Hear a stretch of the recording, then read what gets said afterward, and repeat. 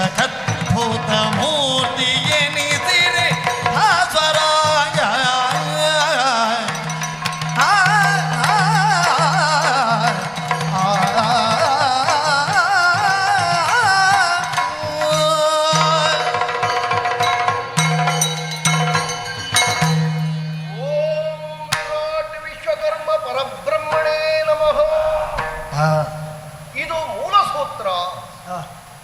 ವ್ಯತ್ಯಯವಾಗಿ ಪ್ರಪಂಚದಲ್ಲಿ ಅದಲ್ಲ ಇದಲ್ಲ ಮತ್ತೊಂದು ಇನ್ನೊಂದು ಅಂತ ಹೇಳುವವರು ಬಹಳ ಮಂದಿಗಳಿರಬಹುದು.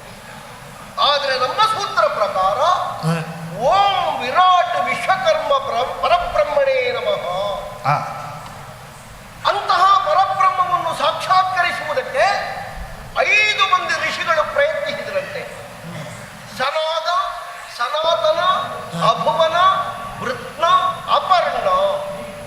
ಈ 5 ಮಂದಿಗಳಿಗೆ ಆ ಪರಬ್ರಹ್ಮ ಸ್ವರೂಪ ಆ ಕಾಲದಲ್ಲಿ ಕಾಣಿಸಿಕೊಂಡದ್ದು 5 ಮುಖದಿಂದ. ಒಂದು ಬದಿಯಿಂದ ಬ್ರಹ್ಮನನ್ನು, ಈಶ್ವರನನ್ನು, ಮಹಾವಿಷ್ಣುವನ್ನು, ದೇವೇಂದ್ರನನ್ನು, ಈಶ್ವರನನ್ನು ಸೃಷ್ಟಿಸಿ ಲೋಕದ ಕಲ್ಯಾಣವನ್ನು ಮುಂದೆ ಸಾಧಿಸುವಲ್ಲಿ ಏನು ಎನ್ನುವುದಕ್ಕಾಗಿಯೇ ಮನು, ಮಯ, ವಿಶ್ವಜ್ಞ, ದ್ರಷ್ಟು, ಶಿಲ್ಪಿ ಎನ್ನುವಂತಹ 5 ಮಂದಿಗಳನ್ನು ಮತ್ತೆ ಸೃಷ್ಟಿಸಿದರಂತೆ. ಜಗತ್ತಿನ ಕಲ್ಯಾಣಕ್ಕಾಗಿ, ಜಗತ್ತಿನ ಮುಂದುವರಿಕೆಗಾಗಿ ಆ 5 ಮಂದಿಗಳಿಗೆ ವಿಶೇಷವಾಗಿರುವಂತಹ ಶಿಲ್ಪ ಚಾತುರ್ಯವನ್ನು ಕೊಟ್ಟು, ಒಬ್ಬನಿಗೆ ಮರದಿಂದ ಶಿಲ್ಪವನ್ನು ತೋರಿಸುವುದಕ್ಕೆ, ಮತ್ತೊಬ್ಬನಿಗೆ ಕಬ್ಬಿಣದಿಂದ, ಇನ್ನೊಬ್ಬನಿಗೆ ಕಲ್ಲಿನಿಂದ, ಮಗದೊಬ್ಬನಿಗೆ ಮಣ್ಣಿನಿಂದ. ಮಣ್ಣಿನಿಂದ ಯಾರಾದರೂ ಕುಡಿಕೆ ಮಡಿಕೆ ಮಾಡಬಹುದು, ಆದರೆ ಮಣ್ಣಿನ ಶಿಲ್ಪ ಈ ವರ್ಗಕ್ಕಿರುವಂಥದ್ದು. ಆಮೇಲೆ ಚಿನ್ನ, ಬೆಳ್ಳಿ, ತಾಮ್ರ, ಕಂಚು ಇತ್ಯಾದಿಗಳನ್ನು ಮತ್ತೊಬ್ಬರಿಗೆ ಕೊಟ್ಟರಂತೆ. ಆ ತೊಷ್ಟು ಬ್ರಹ್ಮ ಅಂತ ಯಾರಿದ್ದಾರೆ ಅವರಿಗೆ ಸನಾತನ ಗೋತ್ರ, ಅವರಿಗೆ ಚಿನ್ನ, ಬೆಳ್ಳಿ, ತಾಮ್ರ ಇತ್ಯಾದಿಗಳ ಕೆಲಸ. ಅವರ ಮಗ ನಾನು, ನನ್ನನ್ನು ವಿಶ್ವರೂಪ, ವಿಶ್ವರೂಪಾಚಾರ್ಯ ಹೀಗೆ ಅಂತ ಕೊಂಡಾಡ್ತಾರೆ. ನನಗೆ ಯಾವುದರಲ್ಲಿಯೂ ದೊಡ್ಡ ಆಸಕ್ತಿ ಅಂತ ಇಲ್ಲ. ಹಾಗೆ ಅಂತ ದುಂಬಾಲು ಬಿದ್ದು ನೀನೇ ದೊಡ್ಡವ, ನೀನೇ ದೊಡ್ಡವ ಅಂತ ಯಾರನ್ನೂ ಹೇಳಬೇಕಾದ ಅನಿವಾರ್ಯತೆಯೂ ನನಗಿಲ್ಲ. ನನಗೆ ಒಂದೇ ಆಶೆ ಇರುವುದು, ಆ ಪರಬ್ರಹ್ಮ ಸ್ವರೂಪವನ್ನು ಸಾಕ್ಷಾತ್ಕರಿಸಿಕೊಳ್ಳುವುದು ನನಗೆ ಅತ್ಯಂತ ಆತ್ಮೀಯವಾದ ವಿಷಯ. ನನಗೆ 3 ತಲೆ, ಗಂಟಲು ಒಂದೇ. ಹಾಗಾದ್ರೆ ಈ 3 ತಲೆಯಿಂದ ಏನು ಏನು ಏನು? ಒಂದರಿಂದ ನಿರತವಾಗಿ ವೇದಾಧ್ಯಯನ, ವೇದದ ವಿಷಯಿಕವಾಗಿ ಯಾರು ಕೇಳಿದ್ರು ಅವರಿಗೆ ಅದರಿಂದ ಉಪದೇಶ ಮಾಡ್ತಾ ಇದ್ದೇನೆ. ಇನ್ನೊಂದು ವ್ಯಾವಹಾರಿಕವಾದಂತಹ ಪ್ರಪಂಚದಲ್ಲಿ ಯಾರಿಗೆ ಏನು ಹೇಗೆ ಹಾಗೆ ನಡ್ಕೊಳ್ಳುವುದಕ್ಕೆ ಒಂದು ಮುಖ, ಇನ್ನೊಂದು ಮುಖ ಸುರಾಪಾನಕ್ಕಾಗಿ, ಕುಡಿಯುವುದಕ್ಕಾಗಿ. ಅದರಲ್ಲಿ ಏನು ಮುಚ್ಚುಮರೆ ಇಲ್ಲ. ಯಾಕೆ? ನನಗದರ ತತ್ವಸೂತ್ರ ಎಲ್ಲ ಗೊತ್ತಿದೆ. ನಮ್ಮನ್ನು ಆಳಬಹುದಾದದ್ದನ್ನು ನಾವು ಅಂಕೆಯಲ್ಲಿ ಇರಿಸಿಕೊಳ್ಬಾರ್ದು. ನಾವು ಆಳಬಹುದಾದದ್ದನ್ನು ನಾವಿರಿಸಿಕೊಂಡ್ರೆ ಅಪರಾಧ ಇಲ್ಲ ಅಂತ ನನ್ನ ಭಾವನೆ. ಒಂದು ಆಶ್ರಮವನ್ನು ಕಟ್ಟಿ ಜನನಿಬಿಡವಾದಂತಹ ಸ್ಥಳದಲ್ಲೇ ನಾನಿದ್ದೇನೆ. ನನಗೆ ತರತಮ ಅಂತ ಇಲ್ಲ. ಯಾರೇ ಬರಲಿ, ಯಾರೇ ಇರಲಿ. ಒಂದು ಬದಿಯಿಂದ ನಮಗೆ ರಕ್ಕಸರು ಬಹಳ ಹತ್ತಿರ, ಯಾಕಂದ್ರೆ ನಮ್ಮ ತಾಯಿಯ ಕಡೆಯವರೆಲ್ಲ ರಕ್ಕಸರೇ. ಹಾಗಾಗಿ ರಕ್ಕಸರಿಗೂ ನಾವು ಹಿತವಂತನೇ. ವೇದಾಧ್ಯಯನ, ವೇದ ಪಠಣ ಇತ್ಯಾದಿಗಳನ್ನು ಮಾಡುವುದರಿಂದ ಬ್ರಹ್ಮವಂಶೀಯರಿಗೂ ನಾವು ಬಹಳ ಹತ್ತಿರವೇ. ಹಾಗಾಗಿ ಜೀವನ ಸಾಗುತ್ತಾ ಇದೆ. ಗೊತ್ತಾಗುವ ಕಾಲಕ್ಕೆ ಎಲ್ಲರಿಗೂ ಗೊತ್ತಾಗ್ತದೆ. ನಮ್ಮನ್ನು ನಾವು ಉದ್ಘಾಟಿಸಿಕೊಂಡು ಹೋಗ್ಲಿಕ್ಕಿಲ್ಲ. ನಾನು ಹೀಗೆ, ನಾನು ಹೀಗೆ, ನಾನು ಹೀಗೆ. ಯಾಕಯ್ಯ ಹೋಗಬೇಕು? ಪ್ರಪಂಚದಲ್ಲಿ ನಾವು ಕಾಣಬೇಕಾದಂತಹ ಹೊತ್ತು ಅಂತ ಒಂದುಂಟಲ್ಲ, ಅದು ಬರುವಾಗ ತಾನಾಗಿಯೇ ಕಾಣಿಸಿಕೊಳ್ತದೆ. ಯಾರದು?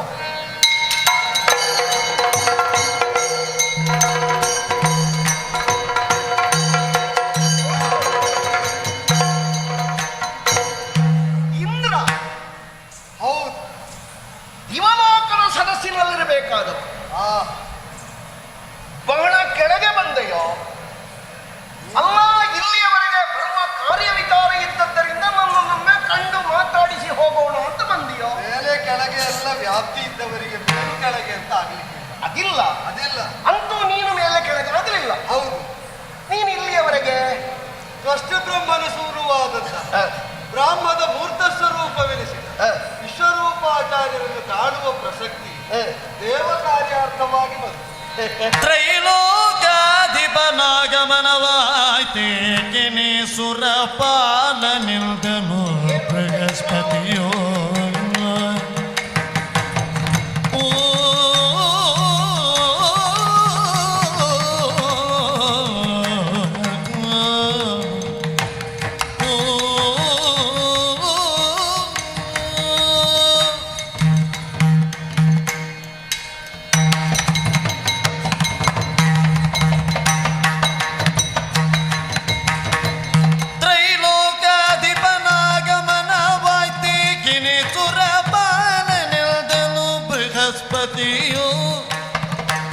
ಪೇಳಲೇನೊಂದು ಪ್ರಮಾದಕ್ಕೆ ಬಲು ಹದಿದಾಳಿ ನಾಕವ ಬಿಟ್ಟು ಬೋದ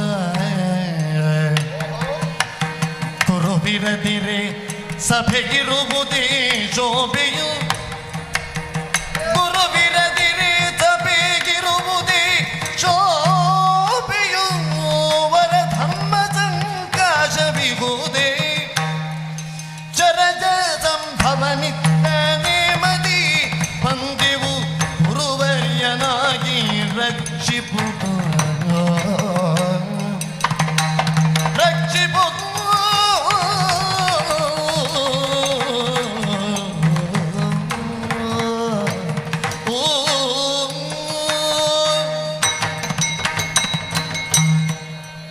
ಸ್ವರ್ಗದ ತ್ರಿವಿಷ್ಟಮವನ್ನೇರಿ ಆಡಳಿತವನ್ನು ನಡೆಸುವಾಗ ಅನೇಕಾನೇಕ ವೈಚಿತ್ರ್ಯಗಳು ವಿಲಕ್ಷಣವಾದ ಘಟನೆಗಳು ಸಹಜವಾಗಿ ಸಂಭವಿಸ್ತದೆ ಅಂತ ಅರಿಯದವರೇನೂ ಅಲ್ಲ. ಕೆಲವೊಂದು ಬಾರಿ ಆದಾಗಿಯೇ ನಡೆಯುತ್ತದೆ, ಅದಕ್ಕೊಂದು ಪರಿಹಾರವೂ ಇರ್ತದೆ. ಪರಿಹಾರದ ಸೂತ್ರವನ್ನು ಅರಸಿಕೊಂಡೇ ಇಲ್ಲಿಯ ತನಕ ಬಂದೆ. ಅಲ್ಲಿಯ ಸಮಸ್ಯೆಗೆ ಇಲ್ಲಿ ಪರಿಹಾರ. ಹೌದು, ಏನದು? ತ್ರಿವಿಷ್ಟಮವನ್ನಡರಿ ಇಂದ್ರ ಸಭೆಯಲ್ಲಿ ಸುಧರ್ಮ ನಾಮಕ ಸಭೆಯಲ್ಲಿ ಆಸೀನನಾಗಿ ರಂಬೆಯೇ ಮೊದಲಾದ ಅಪ್ಸರಾಂಗನೆಯನ್ನ ರಥವನ್ನು ಆಸ್ವಾದಿಸ್ತಾ ಇರುವ ವೇಳೆ ಕೆಲವೊಮ್ಮೆ ಪ್ರದರ್ಶನ ಇಂದ್ರಲೋಕದಲ್ಲಿ ಅನಿವಾರ್ಯವಾಗುತ್ತದೆ. ಯಾಕೆ ಅಂದರೆ ತ್ಯಾಗಭೂಯಿಷ್ಠವಾದ ಕರ್ಮದ ಫಲರೂಪದಿಂದ ಪಡೆದಂತಹ ಸ್ವರ್ಗದಲ್ಲಿ ನಾವು ಇಲ್ಲಿ ಬಿಟ್ಟದ್ದು ಹೌದು ಅಂತಾದ್ರೆ ಅಲ್ಲಿ ಅಸಾಮಾನ್ಯವಾದದ್ದನ್ನು ಪಡೆಯುತ್ತೇವೆ ಅಂತ ಗೊತ್ತಾಗಬೇಕಾದ್ರೆ ಪಡೆದವರು ಶೋಭಿಸಿದ ಬಗೆಯನ್ನು ಲೋಕ ಕಾಣಬೇಕು. ಒಂದು ಶೋಭೆ ಸಭೆಗೆ.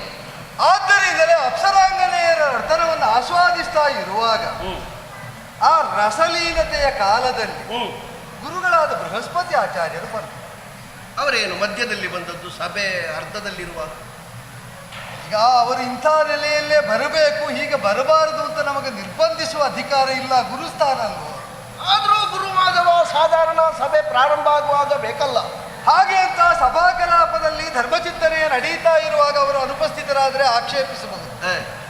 ಭೋಗ ಮೂಲವಾದಂತಹ ನರ್ತನಾದಿಗಳಲ್ಲಿ ಅವರ ಉಪಸ್ಥಿತಿ ಇಲ್ಲದನ್ನು ದೋಷ ನ್ಯೂನತೆ ಅಂತ ನಮಗಾದ್ರೂ ಹೇಳುವುದಕ್ಕಾಗುತ್ತಲ್ಲ. ಇಲ್ಲದೆ ಇದ್ರೆ ಬರಲೇಬಾರ್ದಿತ್ತು. ಹಾಗೆ ಅಂತ ರಂಭಾದಿ ತರುಣಿಯರ ನರ್ತನ ನಡೀತಾ ಇದೆ ಅಂತ ಅರಿತು ಬಂದ್ರು ಅಥವಾ ಅರಿತು ತಡವಾಗಿ ಬಂದ್ರು, ತಡವಾಗುವ ಅನ್ಯ ಪ್ರಸಕ್ತಿಯಿಂದ ಬಂದ್ರು, ಕೇಳಬೇಕಾದ್ರೆ ಅವರಲ್ಲಿ ಸಂವಾದ ಆಗಬೇಕಲ್ಲ.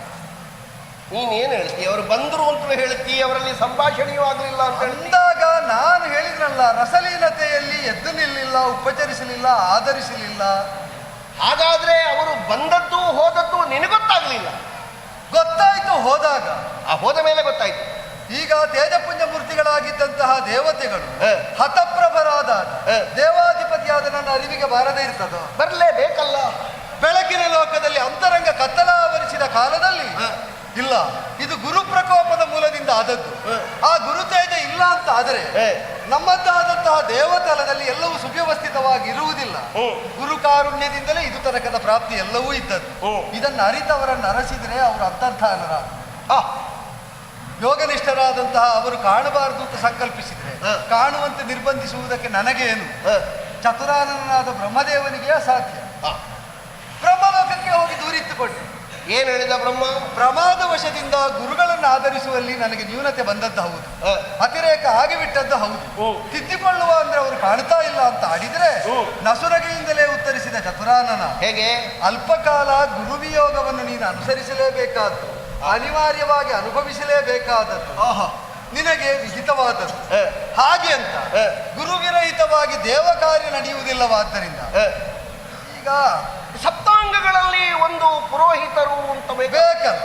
ದೇವ ಪೌರೋಹಿತ್ಯವನ್ನು, ದೇವತರದ ಪೌರೋಹಿತ್ಯವನ್ನು ಸಾಧಿಸುವುದಕ್ಕೆ ಉಚಿತರಾದಂತಹ, ಯೋಗ್ಯರಾದಂತಹ, ಅರ್ಹತೆಯುಳ್ಳವರನ್ನು ಅರಸುವುದಾದರೆ ತ್ವಷ್ಟೃ ಬ್ರಹ್ಮನ ಮಗ ವಿಶ್ವರೂಪಾಚಾರ್ಯರಿದ್ದಾರೆ ನಾಡಿ.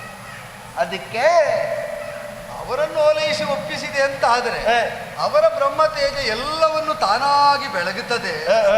ಒಪ್ಪಿಸು ಮಾತ್ರ ಅಲ್ಲ, ಜೀವಜಾತರಲ್ಲಿರುವಂತಹ ಅವರಿಗೆ ಪಿತೃಸ್ಥಾನದಲ್ಲಿ ದೇವವರ್ಗ ಇರುವುದು.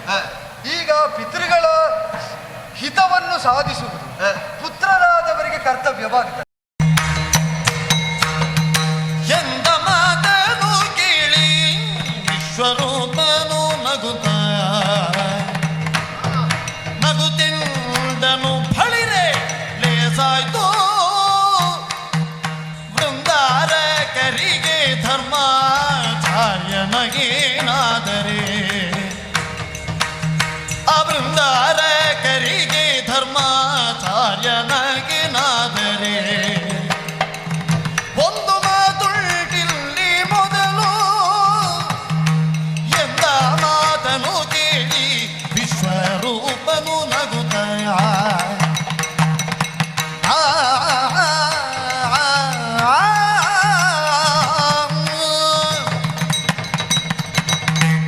ಇಂದ್ರ, ಆಚಾರ್ಯವರ ಬಹಳ ದೊಡ್ಡ ನಿರೀಕ್ಷೆಯಿಂದ ನನ್ನಲ್ಲಿವರೆಗೆ ಬಂದಿದ್ದೀಯ. ನಿಜ, ವೇದ ಮುಖೋದ್ಗತವಾದದ್ದು ಎಲ್ಲಿಂದಲೋ ಆ ಮುಖದಿಂದಲೇ ಈ ಹೆಸರು ಬಂದಾಗ ಮಾನ್ಯತೆ ಕೊಡೋದು ನಿರ್ವಾಹ. ನೀನು ಹೇಳಿದಾಗ ನಮಗೊಂದು ದೊಡ್ಡ ಹುದ್ದೆ ಸಿಕ್ಕಿತು, ಒಂದು ಸ್ಥಾನಮಾನ ಸಿಕ್ಕಿತು, ಗೀರ್ವಾಣರಿಗೆ ನಾನು ಗುರುವಾದ ಯೋಗ ಬಂತು ಎನ್ನುವುದಕ್ಕಾಗಿ ನಾನು ಹಿರಿ ಹಿಗ್ಗುವ ಹಾಗಿಲ್ಲ. ಹಾಗೆ ಹಿಗ್ಗುವವರನ್ನೆಲ್ಲ ಬ್ರಹ್ಮದೇವರು ಹೇಳುವ ಹಾಗಿಲ್ಲ. ನನಗೊಂದು ಸ್ವಭಾವ ಉಂಟು. ನಾನು ಅತ್ಯಂತ ಅಗತ್ಯನೋ ಅನಿವಾರ್ಯವೋ ನಾ ಬರ್ತೇನೆ, ಬರಲಿಲ್ಲ ಅಂತಲ್ಲ. ಹಾಗೆ 10ರೊಟ್ಟಿಗೆ 11 ನಾನಿಲ್ಲ. ಅದು ಕೆಲವರಿಗೆ ಇರ್ತದೆ ಅಯಂ ವಿಶೇಷ ಅಂತ. ಆಗಬೇಕು ನಾವು ಕೈ ಇಕ್ಕಿದ ಕಾರ್ಯ, ಆಡುವ ಮಾತು, ನಿರ್ವಹಿಸುವ ಸನ್ನಿವೇಶ ಅದು ವಿಶಿಷ್ಟವಾದದ್ದಾಗಿರ್ಬೇಕು. ಯಾವುದಾದ್ರೂ ಒಂದು ಕಾರ್ಯಕ್ರಮಕ್ಕೆ ಮೊದಲೇ ಕರೆಯಲಿಲ್ಲ, ಹೊತ್ತಿಗಾಗುವಾಗ ಅಲ್ಲಿ ಜನ ಇಲ್ಲ, ನೀವು ಬಿಟ್ರೆ ಬೇರೆ ಇಲ್ಲ, ನಾವಿದ್ದೇವೆ ಅಲ್ಲಿಗೆ, ಮತ್ತೆ ಅದ್ರ ಪ್ರಶ್ನೆ ಇಲ್ಲ. ಆಗಲಿ ಅವನ ಮರ್ಯಾದೆ ನಮ್ಮಿಂದಾಗಿ ಉಳಿಯುತ್ತದೆ ಅಂತ ಇದ್ರೆ ನಮ್ಮದು ಸ್ವಲ್ಪ ಹೋದ್ರೂ ತೊಂದರೆ. ದೇವ ಪುರೋಹಿತರೆನಿಸುವುದು ಅಂದರೆ ಲೋಕಹಿತದ ದೀಕ್ಷೆಯನ್ನು ಕೈಗೊಳ್ಳುವುದು ಅಂತಲೇ ಅಲ್ವ? ಹಾಗೆ ಹೌದು. ದೇವಗುರುವಾಗುವುದಕ್ಕೆ ನಾನು ಒಪ್ಪಬಹುದು. ಆದ್ರೆ ಇಂದ್ರ, ನೀನು ಬರುವಾಗಲೇ ನನ್ನಲ್ಲಿಗೆ ಬಂದದ್ದು ಎನ್ನುವುದು ಸರಿಯಾದಂತಹ ಯೋಜನೆ ಉಂಟಲ್ಲ? ಹೌದಪ್ಪ. ಯಾಕಂದ್ರೆ ನಾಳೆಯ ದಿವಸ ಗುರುಗಳೇ ನೀವು ಹಾಗೆ, ಗುರುಗಳೇ ನೀವು ಹೀಗೆ. ಯಾಕಂದ್ರೆ ನನ್ನ ಬದುಕಿನಲ್ಲಿ ನಾನು ಇದು ತನಕ ನಡೆದು ಬಂದಂತಹ ಒಂದು ದಾರಿ ಅಂತ ಉಂಟು. ಅದಕ್ಕಾಗಿ ನಿನ್ನಲ್ಲಿ ಪ್ರಥಮವಾಗಿ ಹೇಳುವುದು, ಮತ್ತೆ ಅದಕ್ಕೆ ಏನಾದರೂ ಅಂತರಾಯ ಬರಬಾರ್ದಲ್ಲ. ಇಲ್ಲ, ಗುರುಗಳಿಗೆ ಮರ್ಯಾದೆ ಕೊಡದ್ದರಿಂದ ಬಂದಂತಹ ಲೋಪ ದೋಷ ಇದು ಅರ್ಥ ಆದದ್ದರಿಂದ ಇನ್ನು ಮುಂದೆ ಅಂಥದ್ದು ಯಾವುದು ಆಗದಂತೆ ಸಂಭಾಳಿಸುವುದು ನನ್ನ ಕರ್ತವ್ಯ. ನಾನು ಸರ್ವತಂತ್ರ ಸ್ವತಂತ್ರ. ಅದು ಆತ್ಮದ ಸ್ವಭಾವ ಅಲ್ವಾ, ಸರ್ವತಂತ್ರ ಸ್ವಾತಂತ್ರ್ಯ ಅಂತ. ನನಗೆ ಇನ್ನೊಬ್ಬ ಹೀಗೆ ಹಾಗೆ ಅಂತ ಹೇಳಿದ್ರೆ ಆಗುವುದೇ ಇಲ್ಲ. ಹೇಗೆ ಏನು ಅಂತ ಹೇಳುವುದಕ್ಕೆ ಅಲ್ವಾ ನೀವು ನಮಗೆ ಬರುವುದು. ನನಗೆ ಕೆಲವೆಲ್ಲ ಅಭ್ಯಾಸಗಳುಂಟು. ಅಭ್ಯಾಸ? ಹೌದೌದು. ಅದು ಮತ್ತೊಬ್ಬನಲ್ಲಿ ಹೇಳಿ ಇನ್ನೊಬ್ಬನಲ್ಲಿ ಪರವಾನಿಗೆ ತೆಕ್ಕೊಂಡದನ್ನು ಮಾಡುವುದೇ ಇಲ್ಲ.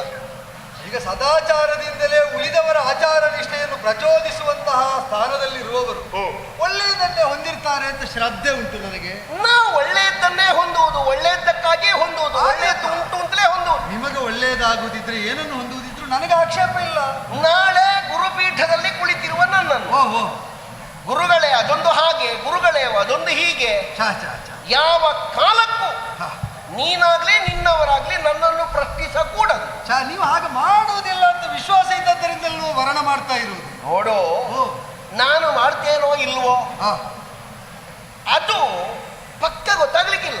ಯಾಕೆ ಗೊತ್ತಾ, ನನ್ನ ಅಭ್ಯಾಸ ನನಗೆ ನೋಡು, ಗುರುಕೃತ್ಯದ ಗಹನತೆ. ನಿನ್ನ ಅಭ್ಯಾಸ ನಿನಗೆ. ಏನೋ ಒಂದು ನೀನು ಊಹಿಸದೇ ಇದ್ದದ್ದು ನನ್ನಲ್ಲಿ ಉಂಟಾಯ್ತಪ್ಪ. ಅಂತೂ ಒಂದು ಮಾತು ಹೇಳಬಲ್ಲೆ. ಏನು? ನೀನು ನನ್ನನ್ನು ಗುರುವಾಗಿ ಅಂಗೀಕರಿಸಿ, ಓ ಗುರುವಿನ ನೆಲದಲ್ಲಿ ನಾನು ದೇವಲೋಕದಲ್ಲಿ ಗುರುವಾಗಿ ಇರುತ್ತಾ ಆ, ಆ ವ್ಯಕ್ತಿ ಮರ್ಯಾದೆ ಏನು, ಗೌರವ ಏನು ಎನ್ನುವುದನ್ನು ನಾನು ಚೆನ್ನಾಗಿ ಬಲ್ಲೆ, ಅದನ್ನು ನಿಭಾಯಿಸಲು ಬಲ್ಲೆ. ಆದರೆ ನನ್ನ ವೈಯಕ್ತಿಕವಾದಂತಹ ಕೆಲವು ವಿಷಯಗಳಿದ್ರೆ ಅದನ್ನು ನೀನು ಪ್ರಶ್ನಿಸಕೂಡದು. ವಿಚಿತ್ರ ಅಂತ ಅನ್ನಿಸ್ತದೆ ನಿಮ್ಮ ಮಾತು. ಯಾಕೆ? ಗುರುವಾಗಿ ವರ್ಣ ಮಾಡುವಾಗಲೇ ಈ ನಿಬಂಧನೆ ಹಾಕುವಾಗ ಹ.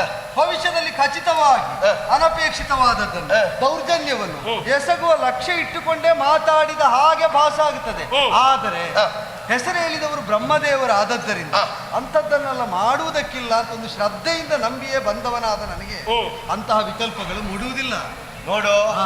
ನಿನಗೆ ಶ್ರದ್ಧೆ ಉಂಟೋ ಇಲ್ವೋ ಎನ್ನುವುದು ನನಗೆ ಪ್ರಶ್ನೆ ಅಲ್ಲ. ಅಲ್ಲ, ನಿಮ್ಮ ಪ್ರಶ್ನೆ ಹೇಳಿದ್ದಲ್ಲ, ನನ್ನ ಉತ್ತರದ ಬಗ್ಗೆ ಹೇಳಿದ್ದು. ನಾನೀಗ ದೇವಲೋಕದ ಪೀಠಕ್ಕೆ ಆಚಾರ್ಯನಾಗಿ ಅಗತ್ಯ ಇರುವುದು ನನಗಲ್ಲ. ಅಲ್ಲಪ್ಪ, ನಮಗೆ ನಮಗೆ ನಮಗೆ ನಮಗೆ ನೀನೀಗ ನನ್ನನ್ನು ಕರೆಯಿತಿ ಎನ್ನುವುದರಿಂದ ನನಗೆ ಬಹಳ ಸಂತೋಷವೂ ಇಲ್ಲ, ಆಡಂಬರವೂ ಇಲ್ಲ. ನಾನಿಷ್ಟು ಕಲಿತಿದ್ದೇನೆ. ಆ 4 ತಲೆಯವನಿಗೆ ಈ 3 ತಲೆಯವನ ಯೋಗ ಯೋಗ್ಯತೆ ಅರ್ಥ ಆಗಿದೆ. 1 ತಲೆಯವನಿಗೆ ಹೇಳಿಕೊಟ್ಟಿದ್ದಾರೆ, ಅವ ಬಂದಿದ್ದಾನೆ, ಕೇಳಿದ್ದಾನೆ, ಅಷ್ಟೇ. ಅಲ್ಲ, ಒಪ್ಪೋಣ. ಈಗ ಬ್ರಹ್ಮದೇವರು ತಪ್ಪು ಮಾಡ್ಲಿಕ್ಕಿಲ್ಲ ಅಲ್ವಾ? ಅಲ್ಲ, ಬ್ರಹ್ಮದೇವರ ವಿಷಯವೇ ಇಲ್ಲ. ಅಲ್ಲಲ್ಲ, ನಾನು ಹೀಗೆ ಕೇಳಿದ್ದು ಬ್ರಹ್ಮನ ಬಗ್ಗೆ ನೀವು ತಿಳಿದವರೇ ಅಲ್ವಾ? ಹೌದು. ಆದ್ರಿಂದ ಬ್ರಹ್ಮದೇವರು ತಪ್ಪು ಮಾಡ್ಲಿಕ್ಕಿಲ್ಲ, ಹೇಳಿ ಬಂದ ಮೇಲೆ ಸರಿ ಆಗದಿರ್ಲಿಕ್ಕಿಲ್ಲ. ಆದದ್ದನ್ನು ನೋಡೋಣ, ಎಲ್ಲ ಸರಿ ಆದೀತು. ಇನ್ನೊಂದು, ಓ, ನಿನ್ನ ಕಾರ್ಯಕ್ರಮಕ್ಕೆ ಆ. ನಾನು ಎಷ್ಟೊತ್ತಿಗೆ ಬರಬೇಕು, ಆ. ಅದಕ್ಕೊಂದು ವಿಧಿ ಉಂಟಲ್ಲ. ಹೌದೌದು. ನೀನು ಒಟ್ಟು ನನ್ನನ್ನು ಕರಿಬಾರ್ದು, ಅರ್ಥ ಆಯ್ತಲ್ಲ. ನಾನು ಅತ್ಯಂತ ಅಗತ್ಯ ಇರುವ ಹೊತ್ತಿಗೆ ಮಾತ್ರ ಕಾಣಿಸಿಕೊಳ್ಳುವುದು. ಅದರ ಒಂದು ಭಿನ್ನಪ್ಪ. ಏನು? ನಾನು ನಿರ್ಬಂಧ ಅಂತ ಹೇಳುವುದಲ್ಲ, ಆ. ಬೇರೆ ಎಷ್ಟು ಕಾರ್ಯಕ್ರಮ ಒಪ್ಪಿದ್ರು ನಮ್ಮ ಕಾರ್ಯಕ್ರಮ ಒಂದು ತಪ್ಪಿಸದೆ. ಅದು ಮೊದಲೇ ಹೇಳು ನೀನು. ಅದೇ ಮೊದಲೇ ಹೇಳಿದ್ದದಕ್ಕೆ ಈಗಲೇ ಸಾಮಾನ್ಯ ಪಕ್ಷ ನಾಳೆ ಎದ್ದನ್ನು ಇವತ್ತಾದ್ರೂ ಹೇಳು. ಆದರೆ ಈಗ ನಿಮ್ಮ ಸ್ವಭಾವ ಶೀಲ ಅಂತ ಹೇಳುವುದಲ್ಲ, ಹ.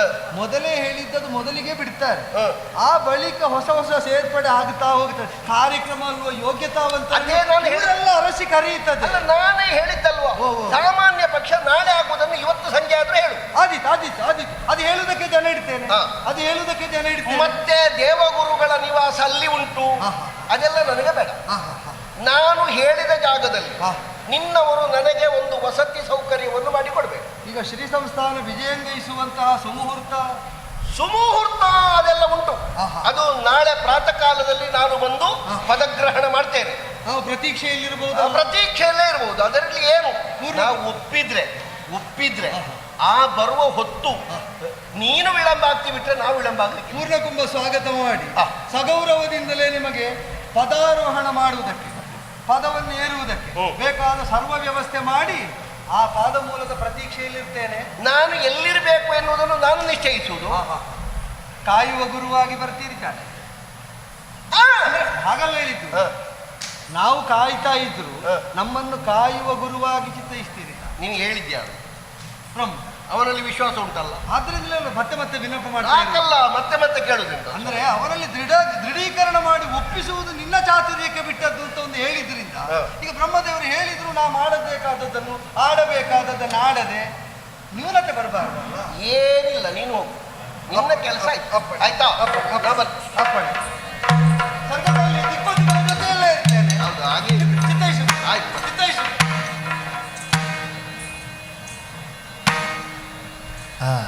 ಅಲ್ಲ, ನಾನು ಆಲೋಚನೆ ಮಾಡುದು ಏನು? ನಮ್ಗೆ ಇಷ್ಟು ಬೇಗ ಕರೆ ಬರ್ತದೆ ಅಂತ ನಾನು ಖಂಡಿತ ಗ್ರಹಿಸಿದೆ.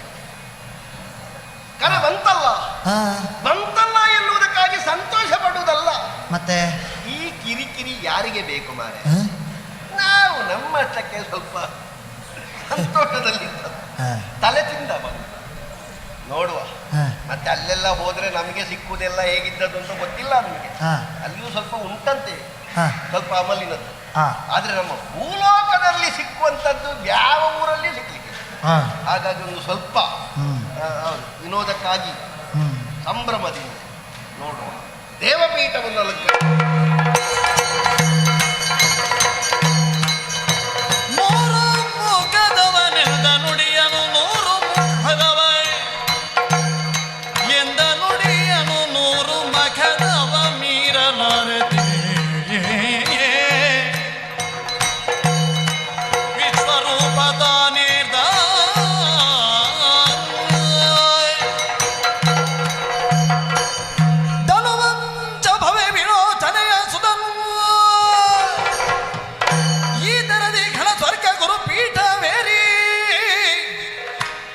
ಕೀರ್ತಿಯ ಪೊಂದಲಿತ್ತ ದಿತಿಜರು ತಮ್ಮ ಮನದಿ ಯೋಚನೆಗೆ ಇದರಂದು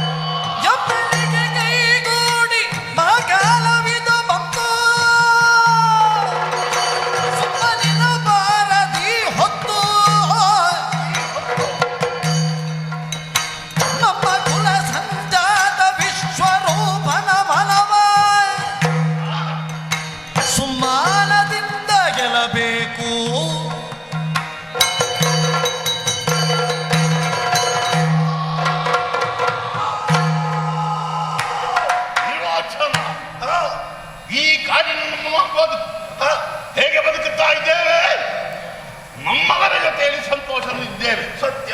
ಆದ್ರೆ ತಲೆಗೆ ಯಾವತ್ತು ಕಿರುಕುಳ ತಪ್ಪಿದ್ದಿಲ್ಲ. ಖಂಡಿತ.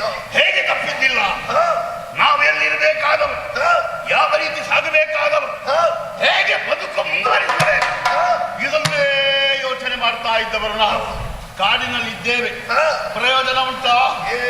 ಲೋಕಮುಖಕ್ಕೆ ನಾವು ಯಾರುಂಟ ತೋರಿಸಿಕೊಡ್ಬೇಕು ಅಂತಾದ್ರೆ ನಮ್ಮ ಆ ವಿದ್ಯೆ, ಆ ಯೋಗ್ಯತೆ ಎಲ್ಲವೂ ಪ್ರಕಟವಾಗಬೇಕು.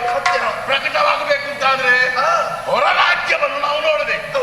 ಹೊರಭಾಗವನ್ನು ನೋಡಿ ಅಲ್ಲಿ ನಮ್ಮ ಯೋಗ್ಯತೆಯನ್ನು ಮತ್ತೊಬ್ಬರಿಗೆ ತಿಳಿಸಿ ಆಮೇಲೆ ನಾವು ಸಂತೋಷದಿಂದ ದಿನ ಕಳೆಯಬೇಕು. ಆಯ್ತಾ? ಆಗಿದೆಯಾ? ಖಂಡಿತ ಇಲ್ಲ. ನಾವಿಲ್ಲಿಯೇ ಇದ್ದೇವೆ. ಕಾಡು ಬಿಟ್ಟು ನಾಡನ್ನು ಸೇರಲಿಲ್ಲ, ನಾಡು ಬಿಟ್ಟು ಮೇಲೆ ನೋಡಲಿಲ್ಲ, ಕೆಳಗೂ ನೋಡಲಿಲ್ಲ. ನೋಡುವುದು ಹೀಗೆ ಅಲ್ವಾ? ಪ್ರಯೋಜನ ಉಂಟಾ? ಆದ್ರೆ ಈಗ ಮಾತ್ರ ಪ್ರಯೋಜನ ಉಂಟು. ಹೇಗೆ? ಮೊಮ್ಮಕ್ಕಳದಲ್ಲಿ ಹುಟ್ಟಿದವರು ಒಬ್ಬರು ಇದ್ದಾರೆ. ಯಾರು? ರಕ್ಕಸ ಕುಲದಲ್ಲಿ ಹುಟ್ಟಿದವರು, ಯೋಗ್ಯತೆಯಲ್ಲಿ ದೊಡ್ಡವರು. ಅವರು ತಿಳಿದಷ್ಟು ಯಾರೂ ತಿಳಿದಿರಲಿಕ್ಕೆ ಸಾಧ್ಯವಿಲ್ಲ.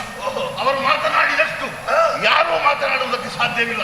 ಅಂತಹ ಯೋಗ್ಯತೆ ಉಳ್ಳವರು ವಿಶ್ವರೂಪ. ಹೇಗೆ? ಆ ವಿಶ್ವರೂಪರು ನಮಗೆ ಗುರು ಸಮಾನ. ಆ ಗುರು ಸಮಾನರಾದಂತ ಅವರಿಗೆ ಈಗ ಒಂದು ದೊಡ್ಡ ಹುದ್ದೆ ಸಿಕ್ಕಿದೆ. ಗೊತ್ತುಂಟಾ? ಹುದ್ದೆಯೋ? ಹೌದು. ಏನಂತ? ಈಗ ಸಿಕ್ಕಿದ್ದನು. ಮೊದಲು ಸಿಕ್ಕಿದ ಹುದ್ದೆಯನ್ನು ಬೇಡ ಬೇಡ ಅಂತ ಬಿಟ್ಟಿದ್ದಾರೆ. ಆದ್ರೆ ಈಗ ಸಿಕ್ಕಿದಂತಹ ಹುದ್ದೆಯನ್ನು ಬಹಳ ಕಷ್ಟದಿಂದ ಒಪ್ಪಿಕೊಂಡಿದ್ದಾರೆ. ದೇವಲೋಕದಲ್ಲಿ ಆಚಾರ್ಯರಿರುವಂತೆ, ಬೃಹಸ್ಪತಿಗಳಿರುವೆ, ಅವರಿರುವಂತೆ ಅವರ ಸ್ಥಾನಕ್ಕೆ ಒಬ್ಬ ಗುರುಗಳು ಬೇಕು. ಆ ಗುರುಗಳು ಯಾರು ಅಂತ ಎಲ್ಲರೂ ತೀರ್ಮಾನ ಮಾಡಿದಾಗ ಕೊನೆ ಗಳಿಗೆಯಲ್ಲಿ ನಮ್ಮವರಾದಂತಹ ವಿಶ್ವರೂಪರು ಕಂಡು ಬಂದ್ರಂತೆ. ಈಗ ಅವರನ್ನೇ ಗುರುಗಳಂತ ಒಪ್ಪಿಕೊಂಡಿದ್ದಾರಂತೆ. ಇದು ಸಂತೋಷದ ವಿಷಯ.